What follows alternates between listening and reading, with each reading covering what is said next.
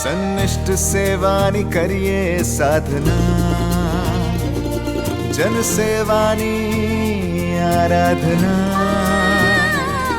સન્નિષ્ઠ સેવાની કરીએ સાધના, જન સેવાની આરાધના.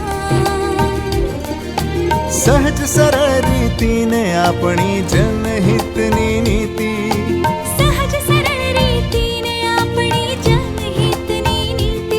સાથે મળીને લખીએ આપણે જય ગાથા ગુજરાતની, યશ ગાથા ગુજરાતની, જય ગાથા ગુજરાતની, યશ ગાથા ગુજરાતની. નમસ્કાર દર્શક મિત્રો, રાજ્યના દરેક નાગરિકને સરળતાથી યોજનાકીય લાભ મળે અને તેમના જીવન ધોરણમાં ઉત્તરોત્તર પ્રગતિ થાય તે માટે મુખ્યમંત્રી શ્રી ભૂપેન્દ્રભાઈ પટેલના નેતૃત્વ હેઠળની રાજ્ય સરકાર લોકાભિમુખ કાર્યપ્રણાલી સાથે આગળ વધી રહી છે. આપણું ગુજરાત હર હંમેશ સમૃદ્ધ રહે અને રાજ્યના નાગરિકોના જીવનમાં સમૃદ્ધિ બની રહે તેવી આશા સાથે શરૂ કરીએ આપણો લોકપ્રિય કાર્યક્રમ યશગાથા ગુજરાતની. યશગાથા ગુજરાતની, જય ગાથા ગુજરાતની, યશગાથા ગુજરાતની. દર્શક મિત્રો, આજના આપણા યશગાથા ગુજરાતની કાર્યક્રમમાં આપણે નિહાળીશું દેશમાં એરંડા ઉદ્યોગને વેગ આપતા સોલ્વેન્ટ એક્સટ્રેક્ટર્સ એસોસિએશન દ્વારા આયોજિત કઈ કોન્ફરન્સનો મુખ્યમંત્રી શ્રી ભૂપેન્દ્રભાઈ પટેલે કરાવ્યો પ્રારંભ. આ ઉપરાંત રેરા ટ્રિબ્યુનલના કયા યુઝર ફ્રેન્ડલી પ્રકલ્પની મુખ્યમંત્રી શ્રીએ કરાવી શરૂઆત. ત્યારબાદ પહોંચીશું નર્મદા જિલ્લા ખાતે અને જાણીશું નગીનભાઈ રોહિત પાસેથી કે તેમની કઈ ચિંતાનો અંત લાવી રાજ્ય સરકારની યોજના. યશગાથા ગુજરાતની, જય ગાથા ગુજરાતની, યશગાથા ગુજરાતની. કેસ્ટર એટલે કે એરંડાનું ઉત્પાદન કરતા ખેડૂતોની સંખ્યા વધારવા અને તેને લગતા અન્ય મુદ્દાઓ પર સામૂહિક વિચાર કરવા માટે તાજેતરમાં ગાંધીનગર ખાતે 23મી ગ્લોબલ કેસ્ટર કોન્ફરન્સનું આયોજન કરવામાં આવ્યું હતું, જેનો મુખ્યમંત્રી શ્રી ભૂપેન્દ્રભાઈ પટેલે પ્રારંભ કરાવ્યો હતો.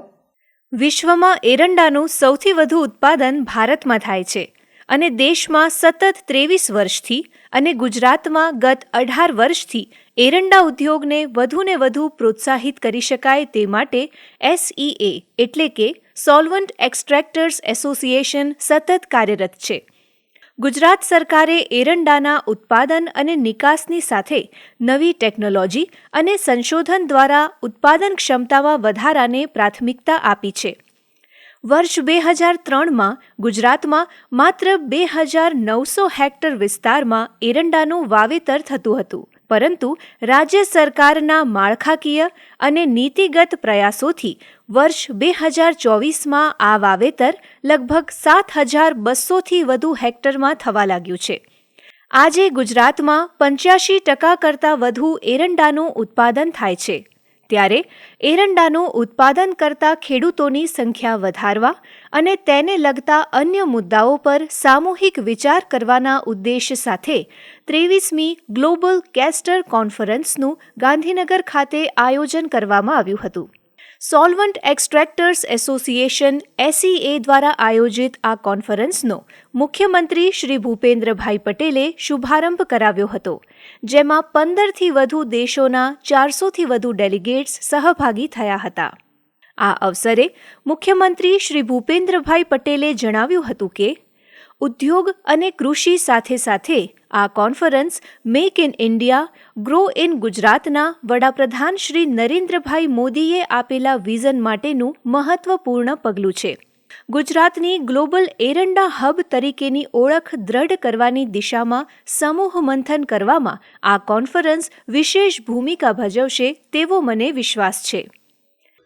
ગુજરાત મોદી સાહેબની પ્રેરણાથી કૃષિ અને ઔદ્યોગિક વિકાસનું પાયોનિયર સ્ટેટ છે. રાજ્ય સરકારે માત્ર એરંડાના ઉત્પાદન અને નિકાસ માટે જ નહીં, પણ નવી ટેકનોલોજી અને સંશોધન દ્વારા ઉત્પાદન ક્ષમતા કેવી રીતે વધારી શકાય તેને પણ પ્રાથમિકતા આપી છે. આ કોન્ફરન્સના માધ્યમથી એરંડા ઉદ્યોગને વૈશ્વિક સ્તરે વધુ સ્પર્ધાત્મક બનાવવા માટે અને આધુનિક કૃષિ ટેકનોલોજી સાથે પ્રોસેસિંગ ટેકનિક અને ઇનિશિયેટિવ ઉત્પાદન પદ્ધતિઓ અંગે વૈશ્વિક નિષ્ણાતો દ્વારા અદ્યતન જાણકારી મળશે. આ કોન્ફરન્સ માત્ર ઉદ્યોગ કે કૃષિ માટે નહીં પણ make in India grow in ગુજરાતના વડાપ્રધાનશ્રીએ આપેલા વિઝન માટે પણ એક મહત્વપૂર્ણ પગલું છે. વડાપ્રધાન શ્રી નરેન્દ્રભાઈ મોદીના માર્ગદર્શનમાં ગુજરાતે હંમેશા ઉદ્યોગ અને કૃષિ ક્ષેત્રે નવીનતાઓ અપનાવી છે તેમ જણાવતા મુખ્યમંત્રીશ્રીએ કહ્યું હતું કે વડાપ્રધાનશ્રીના વિઝનરી નેતૃત્વમાં ગુજરાત માત્ર દેશનું આર્થિક ગ્રોથ એન્જિન જ નહીં પરંતુ ઉદ્યમશીલતાનું પ્રતીક બન્યું છે. તેમણે ગુજરાતને પોલિસી ડ્રિવન સ્ટેટ બનાવ્યું, જેના પરિણામે કૃષિ અને ઉદ્યોગ એક સાથે પ્રગતિ કરી રહ્યા છે. વિશ્વ નેતા અને યશસ્વી વડાપ્રધાનશ્રીના માર્ગદર્શનમાં ગુજરાતે હંમેશા ઉદ્યોગ અને કૃષિ ક્ષેત્રે નવીનતાઓ અપનાવી છે. શ્રી નરેન્દ્રભાઈના વિઝનરી નેતૃત્વમાં ગુજરાત માત્ર દેશનું આર્થિક ગ્રોથ એન્જિન જ નહીં પરંતુ ઉદ્યમશીલતાનું પ્રતીક બની ગયું છે. વડાપ્રધાનશ્રીએ કૃષિ આધારિત ઉદ્યોગોને પણ નવી દિશા આપીને ગ્રામીણ અર્થતંત્રને સક્ષમ બનાવ્યું છે.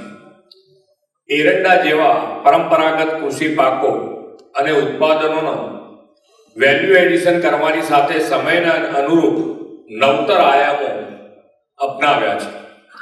ગુજરાત દેશભરમાં એરંડો એટલે કે કેસ્ટરનું અગ્રીમ ઉત્પાદક રાજ્ય છે. વર્લ્ડ કેસ્ટર માર્કેટમાં પણ ગુજરાત મોટો ફાળો ધરાવે છે.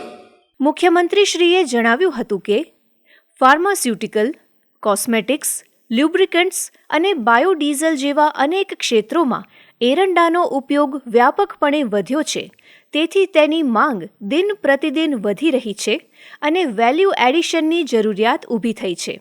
વડાપ્રધાન શ્રી નરેન્દ્રભાઈ મોદીના વિઝનરી નેતૃત્વમાં એરંડા ક્ષેત્રને વધુ સુદૃઢ અને સક્ષમ કરવાના પ્રયાસો સફળ થયા છે. એરંડા જેવા પરંપરાગત કૃષિ પાકો તથા ઉત્પાદનોના વેલ્યુ એડિશન કરવા સાથે સમયને અનુરૂપ નવતર આયામો અપનાવવામાં આવ્યા છે અને વિશ્વભરના બજારોમાં ગુજરાતના એરંડાના તેલની વિશ્વસનીયતા અને ગુણવત્તા ખૂબ મહત્વની છે.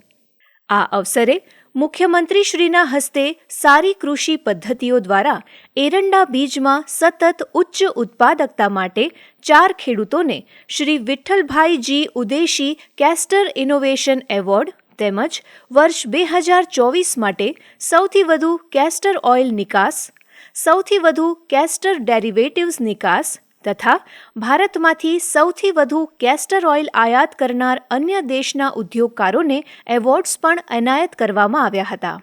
આ કોન્ફરન્સમાં રાજ્યના ઉદ્યોગ મંત્રી શ્રી બળવંતસિંહ રાજપૂત, SEAના executive director doctor BV Mehta, co-chairman Shri Dharmendrasinh Rajput સહિત એરંડા ઉદ્યોગ સાથે સંકળાયેલા અગ્રણીઓ ઉપસ્થિત રહ્યા હતા.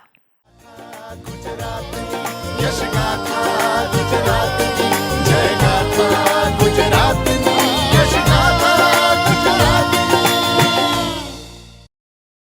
રાજ્યના દરેક નાગરિકને રેરા સંબંધિત સેવાઓ અને કામકાજ સરળતાથી મળી રહે તે માટે મુખ્યમંત્રી શ્રી ભૂપેન્દ્રભાઈ પટેલે રેરા ટ્રિબ્યુનલના વેબ પોર્ટલનું લોન્ચિંગ કર્યું હતું. આ વેબ પોર્ટલથી નાગરિકોને રેરા ટ્રિબ્યુનલની વિવિધ સેવાઓ અને કામગીરી ડિજિટલ માધ્યમથી મળતી થશે.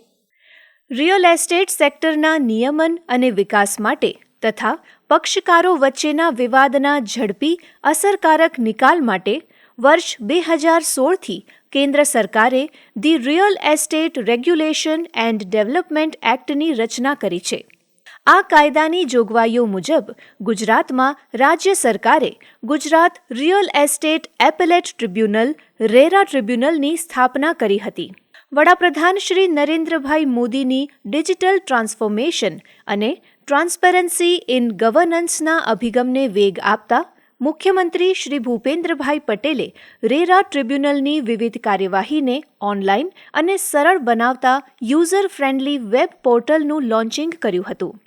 આ ગ્રેટ વેબ પોર્ટલ ઉપર રેરા ટ્રિબ્યુનલની 17 જેટલી વિવિધ સેવા કામગીરી ડિજિટલ માધ્યમથી ઓનલાઈન ઉપલબ્ધ રહેશે, જેથી સંબંધિત પક્ષકારો દ્વારા રેરા ટ્રિબ્યુનલમાં અપીલ કાર્યવાહી માટે રૂબરૂ આવવાની પરિસ્થિતિમાંથી મુક્તિ મળશે.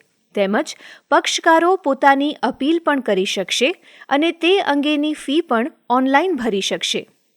રેરા ટ્રિબ્યુનલ દ્વારા પોતાના આ વેબ પોર્ટલ પર અપીલ ફાઇલિંગ અને નોંધણી, ફી અને ડિપોઝિટ વગેરેની ઓનલાઈન ચૂકવણી, અપીલની ચકાસણી અને પ્રશ્નોનું સમાધાન, હદ ગણતરી અને વિલંબિત માફી માટેની અરજી, ફાઇલિંગ માટે ઈમેલ અને SMS એલર્ટ્સ, સુનાવણીની તારીખ નક્કી કરવી અને પક્ષકારોને સુનાવણીની તારીખ વિશે ઓનલાઈન જાણ કરવી, સુનાવણી ઓર્ડર વિશે SMS દ્વારા પક્ષકારોને ઓનલાઈન માહિતી, આગામી સુનાવણીની તારીખ કાર્યવાહી માટે પક્ષકારોને ઈમેલ અને SMS સેવા, ચુકાદાની જાહેરાતની તારીખ માટે પક્ષકારોને ઈમેલ અને SMS સેવા, અરજી ભરવા માટે ઈ-ફાઇલિંગ પ્લેટફોર્મ જેવી 17 વિવિધ સુવિધાઓ ઉપલબ્ધ રહેશે. આ પોર્ટલના લોન્ચિંગ અવસરે ટ્રિબ્યુનલના ચેરમેન નિવૃત્ત ચીફ જસ્ટિસ શ્રી RM છાયા, મુખ્યમંત્રીશ્રીના સચિવ શ્રીમતી અવંતિકા સિંઘ સહિત વિવિધ પદાધિકારીશ્રીઓ અને મહાનુભાવો ઉપસ્થિત રહ્યા હતા. યશગાથા ગુજરાતની જય ગાથા ગુજરાતની યશગાથા ગુજરાતની. મુખ્યમંત્રી શ્રી ભૂપેન્દ્રભાઈ પટેલના નેતૃત્વ હેઠળની સંવેદનશીલ રાજ્ય સરકાર નાગરિકોની સુખ સુવિધાને પ્રાથમિકતા આપીને વિવિધ યોજનાઓ કાર્યરત કરી રહી છે, જેનું ઉત્તમ ઉદાહરણ છે ડૉક્ટર આંબેડકર આવાસ યોજના. ત્યારે આવો જાણીએ આ યોજનાનો લાભ મેળવતા નર્મદા જિલ્લાના લાભાર્થી પાસેથી તેમનો અભિપ્રાય. ગરીબ પરિવારની પ્રાથમિકતાની સતત ચિંતા કરીને તેમની જરૂરિયાતને ધ્યાને રાખીને કેન્દ્ર અને રાજ્ય સરકાર આગળ વધી રહી છે. આજે છેક છેવાડાના નાગરિકો પણ વિવિધ યોજનાઓ થકી વીજળી, ગેસ સુવિધા, નળથી જળ, શૌચાલય, પાકા રસ્તાઓ જેવી વિવિધ સુવિધાઓ સહિત માથે છત પણ મેળવી રહ્યા છે. પ્રત્યેક વ્યક્તિ માટે સપનાઓ, શાંતિ અને નિરાંતનું સરનામું એટલે ઘર, જેને વડાપ્રધાન શ્રી નરેન્દ્રભાઈ મોદીએ માત્ર માથા પરની એક છત સુધી સીમિત ન રાખતા ગરીબી સામેના યુદ્ધ માટેનો એક મજબૂત આધાર તેમજ ગરીબોના સશક્તિકરણ અને ગૌરવનું માધ્યમ બનાવ્યું છે. વડાપ્રધાન શ્રીના માર્ગદર્શન અને મુખ્યમંત્રી શ્રી ભૂપેન્દ્રભાઈ પટેલના નેતૃત્વ હેઠળની રાજ્ય સરકાર દ્વારા આર્થિક રીતે વંચિત અને પ્રાથમિક સુવિધા આવાસનો અભાવ ધરાવતા અનુસૂચિત જાતિના જરૂરિયાતમંદ પરિવારને સુરક્ષિત પાકું મકાન આપવા માટે અમલી છે ડૉક્ટર આંબેડકર આવાસ યોજના. આ યોજના અંતર્ગત વર્ષોથી કાચા મકાનમાં રહેતા અનુસૂચિત જાતિના પાત્રતા ધરાવતા પરિવારોને પાકા મકાન માટે આર્થિક સહાય આપવામાં આવે છે. રાજ્ય સરકાર દ્વારા પાકા મકાન માટે આપવામાં આવતી સહાયનો લાભ હજારો પરિવારો લઈ રહ્યા છે, જેમાંના એક લાભાર્થી છે નર્મદા જિલ્લાના તિલકવાડા તાલુકાના નમારિયામાં રહેતા નગીનભાઈ રોહિત. યોજનાનો લાભ મેળવવા બદલ સરકારશ્રીનો આભાર વ્યક્ત કરતા નગીનભાઈ રોહિતે કહ્યું હતું કે, અમારા આવકનો મુખ્ય સ્ત્રોત પશુપાલન છે. સરકારે અમને આર્થિક ટેકો આપીને અમારા સપનાનું પાકું મકાન બનાવવામાં અમારી ખૂબ મોટી આર્થિક સહાયતા કરી છે. ડૉક્ટર આંબેડકર આવાસ યોજના મળ્યા પૂર્વે મારું જીવન મને ખૂબ સંઘર્ષપૂર્ણ લાગતું, પરંતુ આજે આવાસ બન્યા બાદ હું નિરાંતનો અનુભવ કરું છું, જે બદલ નર્મદા જિલ્લા વહીવટીતંત્ર અને સરકારશ્રીનો આભાર. આ યોજનાનો લાભ મેળવવા નર્મદા જિલ્લાના વહીવટીતંત્ર અને સરકારનો સહકારથી મને મળેલ છે, તે બદલ ખૂબ ખૂબ આભાર. નગીનભાઈએ કહ્યું હતું કે, આ કાચા મકાનમાં બેસીને ભવિષ્યના સપનાઓ જોવા સિવાય અમારી પાસે બીજો કોઈ વિકલ્પ ન હતો. ત્યારે મને સરપંચશ્રી દ્વારા ગ્રામ સભાના માધ્યમથી ડૉક્ટર આંબેડકર આવાસ યોજના અંગેની માહિતી મળી હતી. દસ્તાવેજ ચકાસણી બાદ અમને આર્થિક સહાય મળી. મારા નાના ભાઈને પણ સરકારની આ યોજનાનો લાભ મળ્યો છે. આ યોજના હેઠળની સહાયના પરિણામે આજે અમે બંને ભાઈ પોતપોતાના પરિવાર સાથે પોતાના સપનાના પાકા અને સુરક્ષિત મકાનમાં ખુશીથી જીવન પસાર કરી રહ્યા છીએ. આ યોજના વિશે જણાવતા નગીનભાઈએ ઉમેર્યું હતું કે, સમાજના નબળા અને જરૂરિયાતમંદ વર્ગ માટેની સરકારની આ આવાસ યોજના થકી અમારા કુટુંબમાં નવી આશાનું સર્જન થયું છે. જે લોકો વરસાદની ઋતુમાં મુશ્કેલીઓ અનુભવતા હતા, જંગલી પ્રાણીઓ, ઝેરી જીવજંતુઓના કારણે કાચા મકાનમાં પોતાને અસુરક્ષિત અનુભવતા હતા, તેમના તમામ પ્રશ્નોનો અંત ડૉક્ટર આંબેડકર આવાસ યોજના છે. આજે અમારા જિલ્લાના કેટલાય લાભાર્થીઓ પોતાના પાકા મકાનમાં શાંતિપૂર્ણ અને સુરક્ષિત જીવન જીવી રહ્યા છે. પોતાના કાચા મકાનમાં વરસાદની ઋતુમાં તકલીફ વેઠતા નગીનભાઈ રોહિત આજે પાકા મકાનમાં પોતાના પરિવાર સાથે ઉજ્જવળ ભવિષ્યના સપના જોઈ રહ્યા છે. નગીનભાઈ રોહિત તથા તેમના નાના ભાઈ જેવા હજારો લાભાર્થીઓના માથે મકાનની પાકી છતનો આધાર બની છે ડૉક્ટર આંબેડકર આવાસ યોજના. यश गाथा गुजरातनी जय गाथा गुजरातनी यश गाथा गुजरातनी. દર્શક મિત્રો, ગત સપ્તાહે ગુજરાત રાજ્યમાં થયેલા વિકાસ કાર્યો અને પ્રવૃત્તિઓને નિહાળીએ સમાચાર સારાંશમાં. આજે ભારત ગ્લોબલ લીડર તરીકે વિકસી રહ્યું છે. વડાપ્રધાન શ્રી નરેન્દ્રભાઈ મોદીએ ભારતની પ્રગતિ અને વિકાસમાં શાસન, સામાજિક કલ્યાણ અને નીતિ નિર્ધારણના ક્ષેત્રોમાં મૂલ્યનિષ્ઠ અને કાર્યદક્ષ ઉત્કૃષ્ટ નેતૃત્વ વિકસાવવાની સંકલ્પના કરી છે. વડાપ્રધાનશ્રીની આ સંકલ્પના સાકાર કરવા માટે યુવા અને ઉત્સાહી નેતૃત્વ ધરાવતું માનવ સંસાધન ઊભું કરવાનો નવતર અભિગમ સ્કૂલ ઓફ અલ્ટિમેટ લીડરશિપ એટલે કે સોલ દ્વારા અપનાવવામાં આવ્યો છે. સોલના આ અભિગમને વાસ્તવિક સ્વરૂપ આપતા મુખ્યમંત્રી શ્રી ભૂપેન્દ્રભાઈ પટેલે અદ્યતન કેમ્પસનું ભૂમિપૂજન કર્યું હતું. ગાંધીનગરમાં ગિફ્ટ સિટી રોડ પર 22 એકર વિસ્તારમાં સોલનું આ કેમ્પસ અંદાજિત ₹150 કરોડના ખર્ચે આગામી 2 વર્ષમાં નિર્માણ પામશે. વડાપ્રધાન શ્રી નરેન્દ્રભાઈ મોદીએ કોઈ પણ રાજકીય બેકગ્રાઉન્ડ ધરાવતા ન હોય તેવા 1 લાખ યુવાનોને રાજનીતિમાં જોડાવા માટે આહ્વાન કર્યું છે. આ સંદર્ભમાં રાજકારણમાં પ્રવેશવાની ઈચ્છા ધરાવતા મહત્વાકાંક્ષી યુવાનોને તાલીમ આપવા તથા ભારતમાં શાસનના પ્રણાલીગત પડકારોનો સામનો કરીને નવી તકોના સર્જન માટે તેમને સશક્ત બનાવવાના હેતુથી રચાયેલી આ સંસ્થા રાજકીય, સામાજિક અને જાહેર નીતિ એમ મુખ્ય 3 ક્ષેત્રોમાં નેતૃત્વ વિકાસ માટે સમર્પિત છે. यश गाथा गुजरातनी जय गाथा गुजरातनी यश गाथा गुजरातनी. તાજેતરમાં મુખ્યમંત્રી શ્રી ભૂપેન્દ્રભાઈ પટેલની ઉપસ્થિતિમાં રાજ્ય સરકારના શ્રમ, કૌશલ્ય વિકાસ અને રોજગાર વિભાગ તથા લાર્સન એન્ડ ટુબ્રો લિમિટેડ વચ્ચે ગાંધીનગરમાં મહત્વપૂર્ણ MOU કરવામાં આવ્યા હતા. જે અંતર્ગત L&T દ્વારા વડનગરમાં 10 એકરમાં કન્સ્ટ્રક્શન સ્કિલ ટ્રેનિંગ ઇન્સ્ટિટ્યૂટ CSTIની ₹22 કરોડના અંદાજિત ખર્ચે સ્થાપના કરવામાં આવશે. આ ઇન્સ્ટિટ્યૂટમાં structural and finishing technician, smart cities માટે technician, solar and transmission line tower erection technician તથા fire life safety and technician જેવા ટૂંકા ગાળાના અભ્યાસક્રમોમાં તાલીમ આપવામાં આવશે. તાલીમ દરમિયાન વિદ્યાર્થીઓને આવાસ, ભોજન સુવિધા પણ પૂરી પાડવામાં આવશે. તેમજ દર વર્ષે 1000થી વધુ યુવાઓ આ શોર્ટ ટર્મ કોર્સીસનો લાભ લઈ શકશે. ઉત્તર ગુજરાતમાં ધરોઈ ડેમ વિસ્તારના વિવિધ વિકાસ કામો તથા ભારતમાલા પ્રોજેક્ટ્સ અને બાંધકામ ક્ષેત્રના અન્ય મેગા પ્રોજેક્ટ્સ માટે બાંધકામ ટેકનોલોજીના જ્ઞાન કૌશલ્યથી સજ્જ તાલીમબદ્ધ યુવાધન ઉપલબ્ધ કરવામાં આ ઇન્સ્ટિટ્યૂટ મહત્વપૂર્ણ ભૂમિકા નિભાવશે. સાબરકાંઠા, બનાસકાંઠા અને મહેસાણા તથા પાટણ જિલ્લાના યુવાઓ માટે વડનગરની આ તાલીમ ઇન્સ્ટિટ્યૂટ ઉપયોગી બનશે.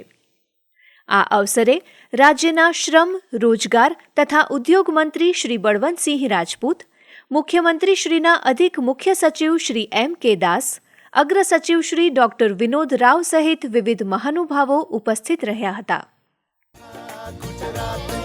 यश गाथा गुजरातनी जय गाथा गुजरातनी यश गाथा મહેસાણા જિલ્લાના કડી તાલુકાના જુલાસણ ખાતે તાજેતરમાં મુખ્યમંત્રી શ્રી ભૂપેન્દ્રભાઈ પટેલના હસ્તે મહેસાણા જિલ્લા શિક્ષણ સમિતિ સંચાલિત નવનિર્મિત અનુપમ પ્રાથમિક શાળાનું લોકાર્પણ કરવામાં આવ્યું હતું.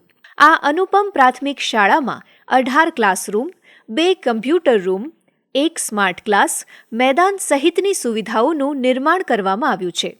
આ અવસરે મુખ્યમંત્રી શ્રી ભૂપેન્દ્રભાઈ પટેલે જણાવ્યું હતું કે તત્કાલીન મુખ્યમંત્રી શ્રી અને હાલના વડાપ્રધાન શ્રી નરેન્દ્રભાઈ મોદીએ ભવિષ્યની જરૂરિયાતોને ધ્યાનમાં રાખીને વિકાસની કેડી કંડારી છે.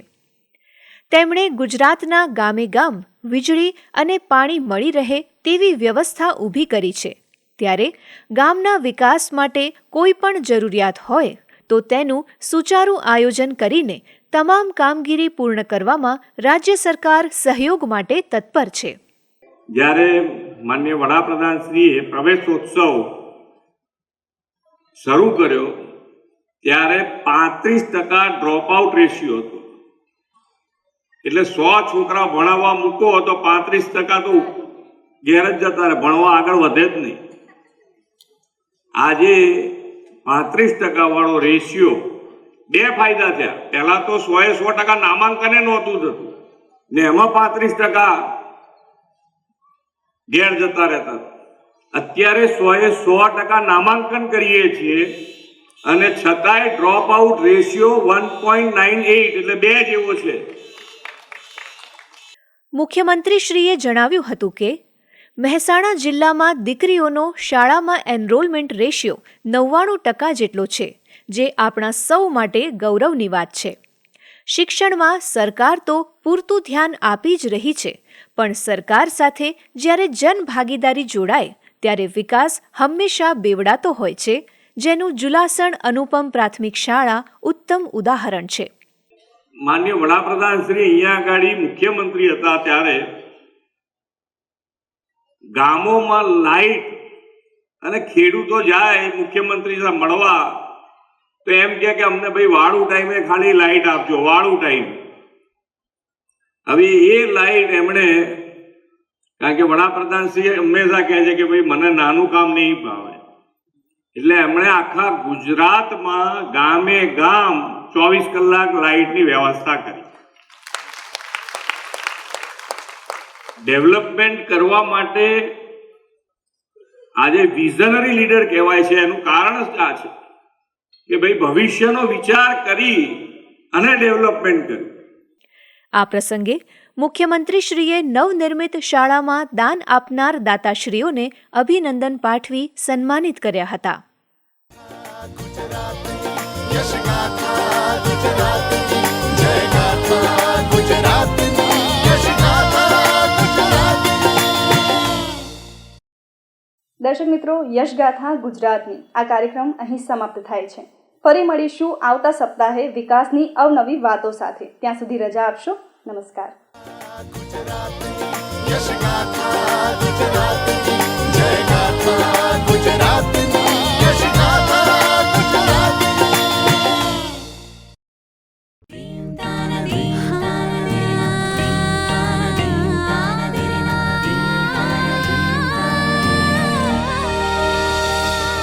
सन्निष्ठ सेवानी करिए साधना,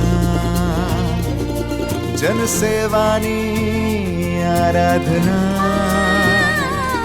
सन्निष्ठ सेवानी करिए साधना, जन सेवानी आराधना. सहज सरल रीति ने अपनी जनहितनी नीति,